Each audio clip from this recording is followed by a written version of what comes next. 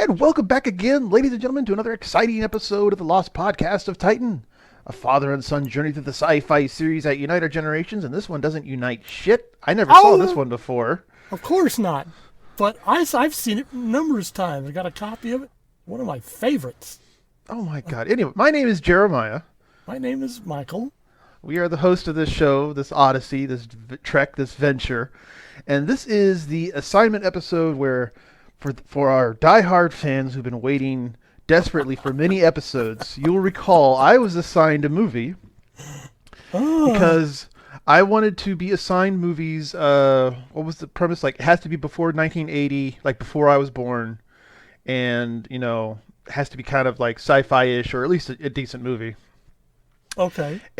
And this one was Battle of Outer Space. Or wait, Battle in Outer Space?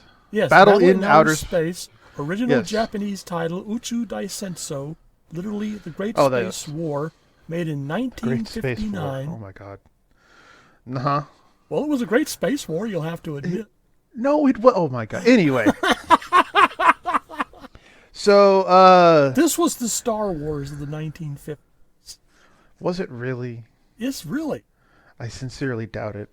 So anyway, Battle in Outer Space, a Toho production. If that name is familiar, it's because they actually made other movies like Godzilla, and they had the same music guy. I swear to Christ, throughout the entire movie, it's like Akira desperately Ifukube, trying to. he's the house soundtrack person for Toho Films. It's obvious because every time, like the dun dun dun dun dun dun dun dun, it sounds like Godzilla's about to start showing up from nowhere and start stomping shit, and I get excited, and nothing happens. What do you mean nothing happens? I mean, Listen, okay, this no. This movie is just aliens fucking around with humans. That's it. Oh my god, the aliens are invading Earth, and what is it they do? They levitate a train bridge. Levitate perfectly. It doesn't break, doesn't bend, doesn't do anything. They levitate it. The train falls off into the ravine, big disaster, and then they very carefully lower the train bridge down. Demonstrating their superior power. No! Oh, these are idiots. These are idiots. Also, this movie was made in 1959, right? Yes. And this describes the far and distant future of 1965. I always love when that happens. Oh my god! Because they're talking about like a super duper uber heat ray and all this other kind of shit. Like they have a space station fully spinning, gravity going on, everything. It gets destroyed. It's very big and roomy. I like that. But yeah, this is the far distant future of 1965, and it's not even as if 1965 was 20 or 30 years away when they made this film. This was like a half a decade later. They were optimistic back then. Were they really? You were there? Yeah, I was there, and everything was happening. John Glenn was going up in space. So were the Russians. Everything. It seemed like every time you turned around, there was going to be something new shot up into space. But let's see. So Be nice. So the aliens are attacking the space station first, really, before they do the whole train bit. They're attacking the space station, and the special effects are something to behold. Yes. E.G. Tsuruyara, the house special effects person for Wasn't that the music? Wasn't that the music guy? No, the music guy is Akira Ifukube. I thought that was it. No, I'm sorry. I have a horrible ear for Japanese names. I'm very sorry. Apparently, Akira. They're all. Ifukube. Are we sure Akira wasn't doing this with his mind? No. Wasn't Kamida trying to get him, or wait? No. No. And Eiji Tsuruyara was the special effects person. But which one was trying to get all the Dragon Balls? This is for the younger audience. Apparently it is. I know what you're talking about, but I have not really watched a single episode of Pokemon, and I'm really in no mood to do so. But let's see what else. Yeah, this is also an alien invasion movie with no honey butter fish sandwich, so it's no good. This is another callback. Wait, what? Honey butterfish sandwich? Yes, a honey butterfish sandwich. Yes, this is the callback for our diehard fans for War of the Worlds. Oh.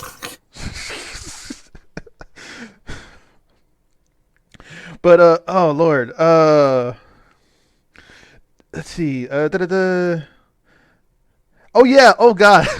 Uh-oh. So this is also continuing with the aliens not really invading or doing anything, but they're just fucking around with humans. So they decided to fuck around with Venice, and it's literally a painting of Venice with someone painted swirlies around it for the water. And I'm like, oh my God. You forgot to mention the ocean liner lifted out of the Panama Canal. Was there an ocean liner lifted out of the Panama Canal? Yeah, that was another painting with swirly. Oh, it was? Okay, all right. My bad. Okay, But even their budget only stretched so far. Listen. There are ways you can get around a budget. What pissed me off was that they're in the United Nations or whatever. They're discussing what's going on, and clearly it's aliens, and clearly they're just fucking with us. We should just ignore them, and they'll stop. But their big revelation of how they're doing the zero gravity thing is making things super cold. And I'm like, wait, what? So apparently gravity is a function of heat. No, experiments in superconductivity, which has nothing to do with gravity. Yes, keep going. No, it has everything to do with working better at extreme low temperatures, and that does affect magnetic pull. Not to that degree. It's not okay. Magnetic pull, magnetism is not gravity. If you're lifting up metal bridges and metal ships and all that stuff, and causing turbaned Indian scientists to disintegrate while standing on a rock outside the open air computer center. Also, that also annoyed me the hell that they're invading people's minds one at a time. Why are we doing this one at a time? Also, at worst, it's like they get a headache if I'm listening to this shit. Like I would get a headache. You will go and you will give me the plans for the heat ray. No, stop that. Let me get back to watching my full screen television on the dashboard of my car while driving. Oh God. But yeah, so hold on. This is okay. Back to the gravity issue. The quote was, "The cause of gravity is the motion of atoms." No, that's not true. Okay, but they're doing work on I did love the classic 1950s computers. I was going to ask your opinion as of the computers being demonstrated. Oh, that was so good. I mean, those long rows, they apparently were able to tell a lot from those long rows of numbers being printed. Could you make any kind of interpretation? No, it was gibberish. Just long rows of numbers, and they say, "Uh-oh, here come the flying saucers." That's right. One second. But, let's see. What then happened? They decide they've got to go send a retaliatory force. No. First, the girl watches Dr. Ahmed and just immediately breaks down into his. Dr. Ahmed has been taken over by the aliens, and he's trying to. He's holding his hands and praise the sun formation in the yard, and for whatever reason, this just triggers the girl watching him, and she just breaks into hysterics for reasons I couldn't quite grasp or understand. But then he vanishes, and Manly Man comes and embraces her, and everything's okay. And I'm like, well, goddamn. Well, okay. Kyoko Anzai, she played a lot of hysterical female roles in Japanese science fiction film. Was she in Warriors of the Wind? Was she Princess Zandra? No. Oh, she was okay, she was never animated. Oh. Well, would you say her acting was stiff as a board? Well, I'm saying there was Ishiro Hana's sitting in his director chair. He's directing the scene, and he points at her. Cry. Whoa! Oh Lord. Yeah. So. Oh. Oh. And you took notes? Yeah. Oh yeah. I'm sorry. I took notes, and they're kind of Out of order. Scattershot a little bit. Yes, because I was trying to do this while I was working. Because at present time, there's very little time in my life where I'm not actively trying to keep something from blowing up. It's actually kind of amusing. But so they go. We are under attack. They decided and determined. All the numbers and figures say we're being attacked by aliens, and then we're gonna go do some testing. Hum-de-dum-de-dum-de-doo. Testing. Just very calm. And I'm like, if I was being told aliens are coming and they're attacking us, I'd be a bit more concerned. But they just seem to be, oh well, this is just one more thing to add to the project list. It's just, Well, I should mention that this is a lot of people, and myself included, tend to consider Battle in Outer Space as sort of an unofficial sequel to The Mysterians, which was released a few years earlier, mainly because the spaceships, they used the same spaceships the aliens did in both those films. So they've already used up all their excitement defending the Earth from the Mysterians, and now here come the people from the Tau flying the same spaceship. So they say, well, back to the drawing board. or it could have been that maybe they just didn't want to build new spaceships because they were broke. Broke. Very good. Broke. Anyway, those spaceships weren't all that. I don't think they were all that expensive to put together. Take two circular pieces and slap them together. So then they decide to develop a space navy with these new super duper uber heat rays, and they make the announcement in front of reporters, telling the entire world what they're doing, who they are, where they are. I'm like, what? No, this is supposed to be a secret, top secret. Now, what's to stop the aliens from just super freezing everyone there and just crippling the entire effort all at once? Well, first off, they want to reassure the population. And second, if the aliens can send thoughts into our minds and stuff like that, what's the point of keeping the project secret? I mean, they already had the Dr. Rashid or someone infiltrating the space center with a handgun, and he was going to wreak all sorts of havoc before someone had to drop a rather conveniently placed magnet on top of him. My question is, why exactly are the aliens waiting? Like, they blew up the space station and then they decide, we'll just hang out here. And they want lift to up a bridge here to a quivering mass of fear, so that they can just easily step in. Sort of mean the merciless kind of approach. See, I like to play with them a bit before this is why I liked the War of the Worlds in both instances, even the Steven Spielberg one, where. I mean, but the aliens didn't give a single shit. They treated us as pests, and the heat ray was literally their insect spray that they're just kind of cleaning us off the planet with no regard or concern. That's what I liked about it, but not this case. So they're given the time and opportunity to develop the space navy. And they launch into space, and then everyone is put on space procedure. And I'm like, oh, okay. and they have the girl just taking notes there for some reason. I don't quite grasp why, but she's under contract. They want to keep her. It's the James Doohan, DeForest Kelley. Really? Excuse. But they land on the moon, and I'm sorry, but they land on the moon, and I would not have been able to resist firing a few shots at the Earth. Just pew pew pew pew pew pew. I'm impressed that they managed to land on the moon pretty near where the Tau base was located. They had that entire moon. Oh wait, no, they knew where it was.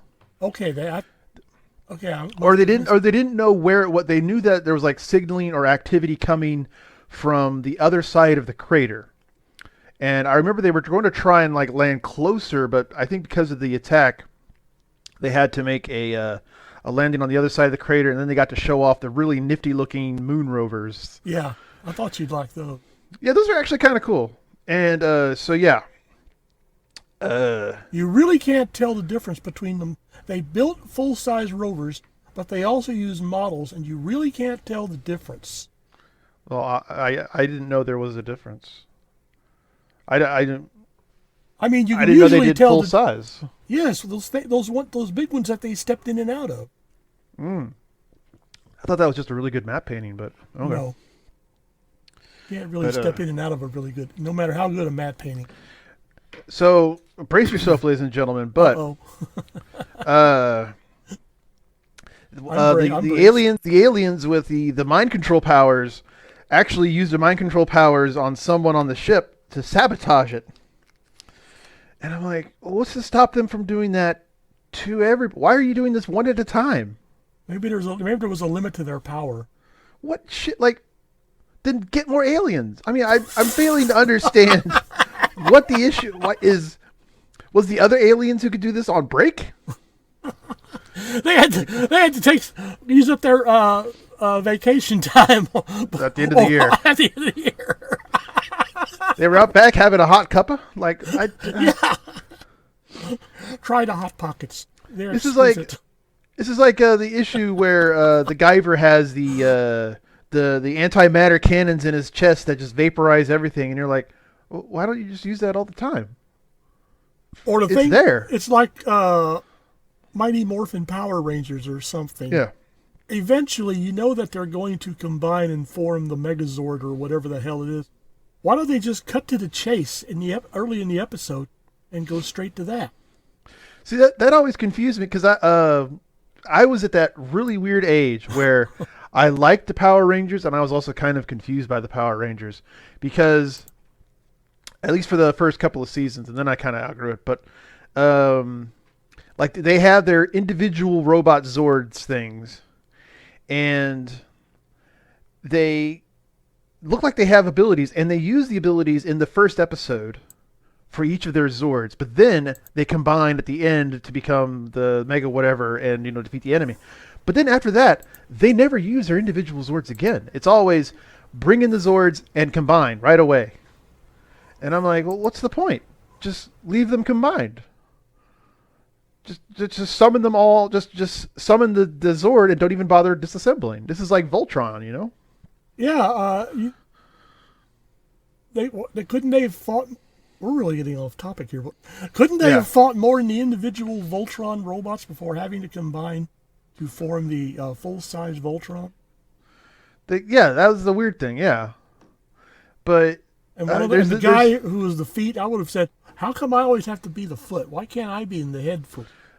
Oh no, they're all so in Power Rangers they're all in the chest. Which made much more sense. Okay, but anyway. Yeah, anyway. Back to the moon. So also, I want to point out that this was initially supposed to be a scouting mission. Like, they're supposed to scout the area and find the base, because they're still building a massive army on Earth. Well, they found the base. They found the base, and they're like, fuck it, let's just destroy it. Which I guess makes sense.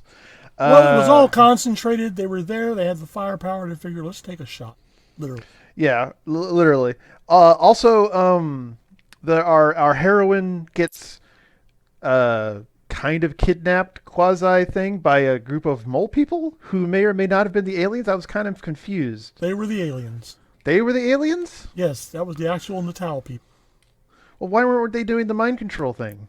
They were, I guess, busy communicating with the main body, with the rifles and such, who were bearing down on them. They were having to, they were reduced to squeaking at the girl while they were trying to take her off and do unspeakable Natalian. Unspeakable, yes. Like, I was like, oh, this is a Japanese film. I see this is going. Oh, no. Oh, no. This is PG? Is this PG? What's the rating of this movie? All right, I should be safe. Yeah. Oh, you should be safe. Like you were worried. Like I was worried, yes. Listen, it's a crapshoot with the Japanese movies, okay? Sometimes it turns out okay. Sometimes it takes a really hard turn. Okay. Anyway. So, her honey, I guess, whatever, is It can be played by the actor Rio Ikeda, who's been in enough more Inashiro Honda monster movies than you can shake a mazer cannon at. yeah. So Kaneda comes in with the heat ray gun, and instead of actually shooting the aliens, he's like trying to wave them away or threaten. I mean, just open fire. The girl is right there, so aim a little to the left. And then she breaks free, and he basically just guns them all down anyway. And I'm like, congratulations, you've wasted my time. The drama and all that. No, there wasn't. But so the main force has found the alien base, and meanwhile, so while they're trying to decide whether to destroy it, the mind-controlled sabotage person has destroyed one of the ships and is in the process of destroying the other ship. But they managed to destroy the mind control portion of the alien base, and it frees the guy, and he comes in guns blazing, and now it's a race against time as the aliens are attacking, and our freed hero, our freed sabotage mind control person, makes a desperate last stand to buy the time for the rest of the people to make it off the planet, and they destroy the alien base, and the attack threat has been neutralized for a time. I like when the crew is heading back towards the one remaining ship, and they spot their the formerly controlled crew member on the ledge and say, "I blew up the ship. Forgive me." Yeah. Well, we'll let it slide this time, but Listen, watch yourself next time. It's the end of the year. Just take the rest of your vacation. We'll discuss this when you get back next year. All right. Right. Just take little breaths until we come back with a ship next year. And also, I have to say, this has the weirdest ending. There was a kid at the very beginning of the film, who shows up, and I was like, "Oh my God, he's going to follow our heroes throughout the entire film, and he's going to be kidnapped, and it's going to be a whole thing. Oh my God, oh no!" But then I was afraid he was going to be stowed away on board the ship. Oh, that would have been hilarious! Like jettisoned in the air, like no. But he then vanishes. Doesn't show up in the film at all until the very end. And I'm like, okay, that's acceptable. But then there's an American-looking scientist and like a redheaded girl, and they meet, and they like, thank God we're safe, and they kiss, and it's over. And I'm like, who the fuck are these people? Did I forget? Were they in the beginning of the film? Because I don't remember these people. That's quote human interest, unquote. Wait, so they weren't in the film at all? It was just here's an American, here's a cute redhead. We have to throw it in for the Gaijin, and or they're not going to see the film. Well, the American man was part of the science team, and he brought his family along with him, and they were celebrating the fact that the aliens were defeated, although I don't know why. He had them there at the Space Command Center. Why couldn't everyone else bring their family along? I don't know, but it just felt really weird because once like the movie sort of started with they're going into space and they're doing the whole attacking the aliens and all that such, it became its own separate beast, just sort of disconnected from the first part of the movie. So they were ramping up the action. Well, yeah, getting us ready. It's you got the scenes with Luke on Tatooine, gazing longingly off into the double sunset, wishing he was somewhere else other than Tatooine. And then at the other end of the film, you have an extremely busy space battle, laser blasts going everywhere. There's a sort of disconnect to that. Well, yeah. What I'm saying is that I had no memory of that person. Like, I understood the acts that happened beforehand where they're developing the heat ray, but he was just a face in the background. Yeah, and I was listening to Tetsuo and Kaneda as they were trying to figure out how to deal with Akira, and the motorcycle was really good. oh, I didn't quite understand what the light show was at the mad scientist little mobile lab when Akira finally broke through.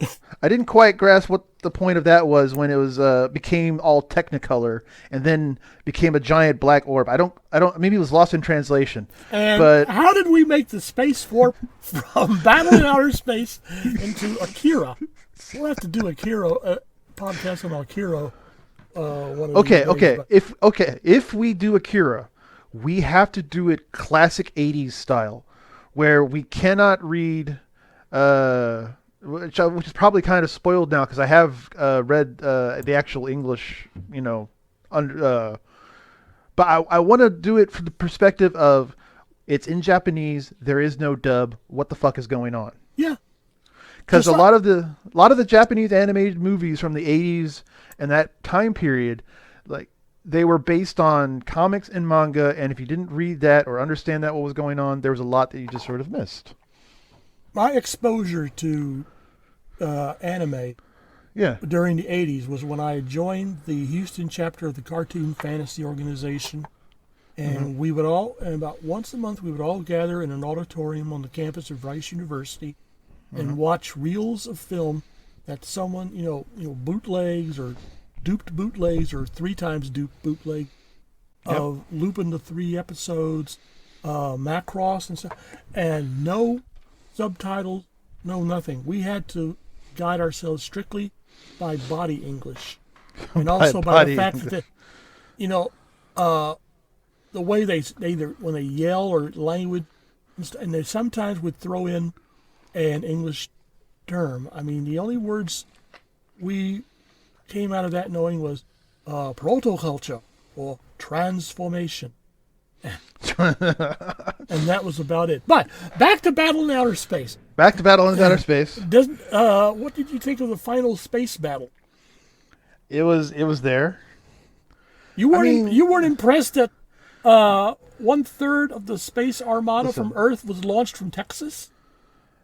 Okay, well, I mean, where else was it going to be launched from? There's only, but the part of the problem was that it was very clearly a Toho production. And you say that like it's a bad thing. Its DNA is ever. I wanted a giant monster. I wanted the aliens to actually have been on the run from something else. Like I wanted the aliens to be defeated halfway through the film, and they're gasp. You don't understand. We're not invading. We're refugees. We're running from. And then they look at the radar and find something giant. It's King Ghidorah or whatever, Space Godzilla. Space Godzilla. That's right. It's just like the music, the fanfare, the acting, the special effects. It's like this is a giant monster movie with no giant monster. It did have a mobile version of the alien base with a King Hell-sized anti-gravity ray. That's not a giant monster. Well, there's nothing in that sentence that is giant monster. Okay, you were wanting. It's not that I was wanting. It's just that you have. Okay, I have been raised on Godzilla films, so that my understanding, my artistic priming for when I hear that music, see those actors, hear that cheesy dialogue, special effects like that. Everything was a Toho film promising a monster that never showed up. Do you see the problem? Yeah. Okay. And I understand that this is probably their attempt to break into, other genres, science fiction, and I applaud them. But it was just, and I feel really bad that I recognized I was waiting for the monster about halfway through the film because there was that fucking felt like dun dun dun dun dun dun, and I'm like, where's the monster? bring on the monster. But nope, no monster. You were wanting kaiju, and I gave you kaiju. Yes. tokusatsu instead. Well, no, it's like the movie was telling me there would be kaiju. I didn't come into the movie. Okay, you got the impression that there would. You were brought up to expect giant monsters. Okay, yes, like all the Godzilla films, they're different. They have their own storylines, whatever, but they all have like the same music, the same special effect families. Like I know they get better and worse as the films go, but it's that thread that is still there. The kind of dialogue, the pacing, act structure, everything else. It's like going into a movie expecting it to be a haunted house ghost movie, and it turns out to be I don't know. I should have assigned the Mysterians. That at least had the Mogera, the giant robot that the Mysterians unleashed upon the Earth before coming in and setting up their base. I kind of want to see what they'll say. Mogera? Mogura. If you saw it, you'd recognize it. Probably. Toho Film. Let's just make that easier. It's the Mysterian. Right, which was made by what? Toho Studios. There we go. And look at Mogera. It's like the fuck? A drill in its nose? Pretty much, but its main weapon are the disintegrator rays that come out of its eye. And yes, it has a rotating television aerial on top of its head and spines going down its back. Oh my god, I love this website. It has audio capture of its roar. Thank you, Wikizilla. You know exactly what I need.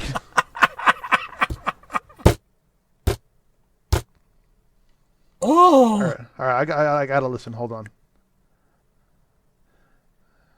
That is not a roar. No. That is a television beeping signal. Okay. Yes. All right. Whatever. That's not a roar, but I guess it's what we a can robot. expect. Oh my god! You're gonna make a robot roar? Yes. Mechagodzilla roared. Well, it was trying to disguise itself as Godzilla. Oh my god! It was trying to disguise itself. That was the stupidest fucking. Anyway. Let's make a giant mecha robot to do what? Destroy the Earth. Let's disguise it as Godzilla so no one knows it's a rope. Just fuck off. Anyway. No, listen. The first appearances of Mechagodzilla, he had a Godzilla disguise, and everyone thought, "Oh my gosh, Godzilla's lost his mind again. We're going to get attacked." And it wasn't until the real Godzilla shows up, and they have a fight, and all of a sudden, one of the Godzillas has some skin torn off, and everyone sees the shining metal surface beneath, and they're going, the Japanese version of "Holy shit!" Yeah. Or "Baka." Or "Baka." Yeah. Oh Lord. But it just. No, but I love the effect scenes when the Natal mothership cut loose with its anti-gravity ray and starts pulling everything up into the air. That was actually pretty damn good for late 50s special effect. Right, and I can see how the movie was built around various set pieces, scene ideas. Yeah. So there's that. It's just it did itself a disservice by making itself a Toho film, which I feel bad for. Well, what would have been the alternative? No one else was doing movies like that. Well, I mean, what, in the far, far future of 1965? I mean, I'm sorry. Oh my God. Speaking of 1965, next episode we will be back to Star Trek: The Animated Series. I think. Yes. Well, what episode are we going to be doing? Hold on. Star Trek Animated Series. Because I was actually looking at the entirety of the animated series, and I was only like two seasons. I thought to myself, "Oh, that's not so bad. It's like about 40 episodes." Apparently, season 2 is just 6. Ugh. Once Upon a Planet? Yes, that's the Return to the Shore Leave Planet. Oh, okay. All right. But do you happen to have a movie assignment for me for the next time we're able to do this? Yes, as a matter of fact, I do. All right, let me get a notepad this time. There we go. Dun, dun, dun, dun. Well, Riveting entertainment. I should have warned you ahead of time, to be honest. yeah, hold on, they went and... I know the name, I'm trying to get the date. See, the thing of it is that my selection sort of violates... That's fine. Because it's made in 1985, but I don't think you've seen it. Oh. It's called Creator, Creator. with Peter O'Toole and Marielle Hemingway. 1985. Hold on. Creator. 3 love stories in 1. The fuck? Uh-huh. Well, that's how All Love right. Story... That somehow pops up in Love Story. The fuck. What? Well, yeah, generally speaking. Okay, all right. The Creator, 1985. An eccentric scientist teaches a student in his own manner while he looks for a way to clone his deceased wife. Yeah. Oh, this has bad idea written all over it. Oh, come on. It's a fun film. It's got Peter O'Toole and Marielle Hemingway. How bad... I don't want to ask you how bad can it be, because you'll use another half hour of recording time telling. Mm-hmm. Well, before we pause or stop, I wanted to bring up a little something. I recently had a opportunity to watch an old favorite of mine. It was 1981 horror film Wolf. Had you ever seen that? That sounds familiar. Let's see. That's not Jack Nicholson. I know that. No. You're thinking of Wolf. Probably.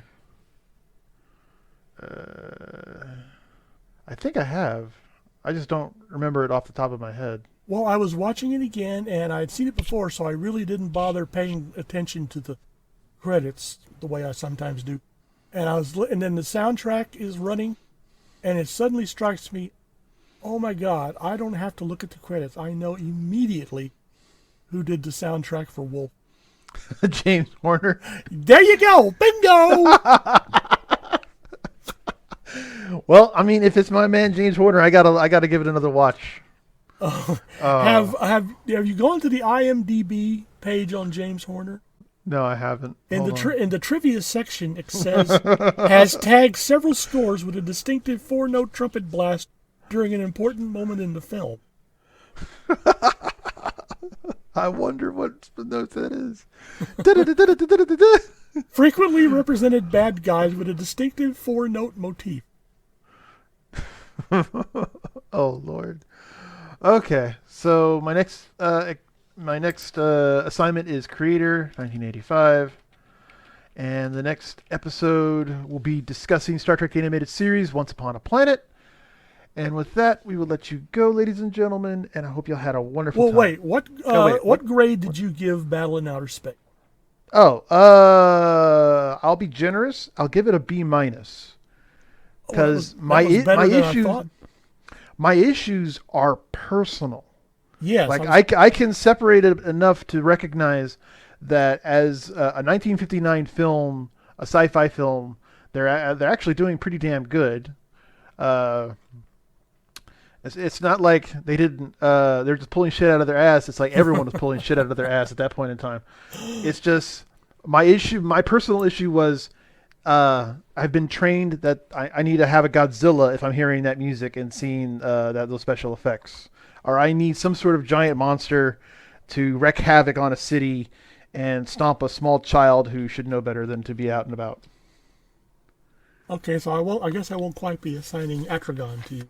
Even though it does have a monster, it's a completely underwater monster and has no opportunity to stomp a child. Okay. Yeah, but it has a giant spinning drill on it, right? The Atragon, yeah, but it also has a monster, Manda, the giant serpent, which is a stupid-looking giant serpent, but that's not why I love the film. Oh, isn't it the one with Patrick McGowan as they take the Etrigan under the ice? No, that's Ice Station Zebra. Are you sure? Yes, although Patrick McGowan wasn't even a Hershey bar in his daddy's back pocket back then when Etrigan was being made. What are you talking about? Etrigan, he was alive back then. Yes, but he hadn't quite gotten into acting then. Oh, I'm sure he would have been able to work it out. Maybe, if he had a decent agent at the time. But anyway. Anyway. Take care, everybody, and we will see y'all next time. Okay. Behave.